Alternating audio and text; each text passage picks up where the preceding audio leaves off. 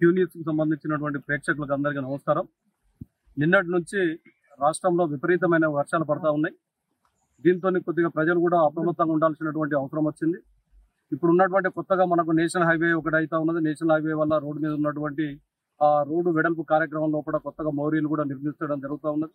ఈ కొత్తగా నిర్మించేటువంటి మోరీల్లో కూడా ఈ వరద పోతారం దగ్గర నుంచి తీగలకుంట నుంచి కూర్చోపోయేటువంటి రోడ్లు కూడా ఇరుపక్కల మొత్తం రోడ్డు కూడా ఈ మోరీలు కంప్లీట్ కాక ఈ మోరీలలో నీళ్లు పోకుండా మొత్తం రోడ్డు మీదకి వచ్చి రోడ్డు మీద మొత్తం చాలా ఇబ్బందిగా గురవుతా ఉన్నారు.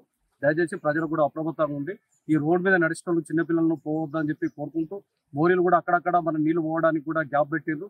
ఏ మాత్రం మనము కొద్దిగా అశ్రద్ధ ఉన్నా కూడా మనం దాన్ని పడి మనం కొట్టుకుపోయేటువంటి పరిస్థితి ప్రమాదం ఉన్నదని చెప్పి ఈ సందర్భంగా తెలియజేసుకుంటూ, అదేవిధంగా ముఖ్యంగా మా 7వ వార్డులో కూడా ఉన్నటువంటి బస్సు డిపో కూడా కాంపౌండ్ వాల్ ఏదైతే ఉన్నదో ఆ కాంపౌండ్ వాల్ కూడా బాగా విపరీతమైన ప్రమాదంగా ఉన్నది.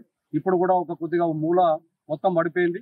దానిలో కూడా ఈ ప్రాంతాన్ని నడిచేటువంటి మా ప్రజలు, మా వార్డుకు సంబంధించినటువంటి ప్రజలు దయచేసి ఈ గోడ పక్కకు నడవకుండా ఆ ఎదురుగా దానికి తప్పగా బాబాకు సంబంధించినటువంటి ఆ సమ్మక్కలు పెట్టినటువంటి ఆ రోడ్ ఏదైతే ఉన్నదో దాన్ని ఈ 2 రోజులు వాడుకోవాలని చెప్పి నేను అందరికీ మరీ విజ్ఞప్తి చేసుకుంటూ, చాలా అప్రమత్తంగా ఉండాలి. ఇది ఒక్కడేసారి పెద్ద తుఫాను వల్ల ఏర్పడినటువంటి ప్రమాదము. ఇది ఎవ్వరు కూడా ఇప్పుడు ఉన్నటువంటి మానవ సాయం కొద్దిగా ఇబ్బంది అవుతుంది.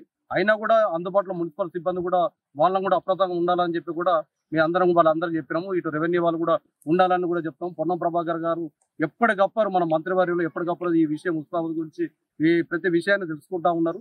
ఇప్పుడు ప్రతి గంటకు ఒక్కసారి హుస్నాబాద్ గురించి తెలుసుకుంటా ఉన్నారు.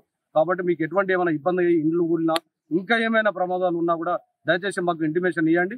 మీకు ఏమైనా ఇబ్బంది అయినా కూడా మేము వెంటనే వచ్చి మీకు సాయం చేయడానికి కూడా మేము ముందుంటామని చెప్పి నేను ఏదైనా కూడా ఇప్పుడు ఈ వర్షాలు వస్తున్నాయి కాబట్టి అనుకోని పెద్ద భీకరమైన ఇంకా ఇవాళ రేపు కూడా ఉన్నాయి కాబట్టి దయచేసి మీరు కొద్దిగా జాగ్రత్తగా ఉండాలని చెప్పి నేను మరీ కోరుకుంటున్నాను.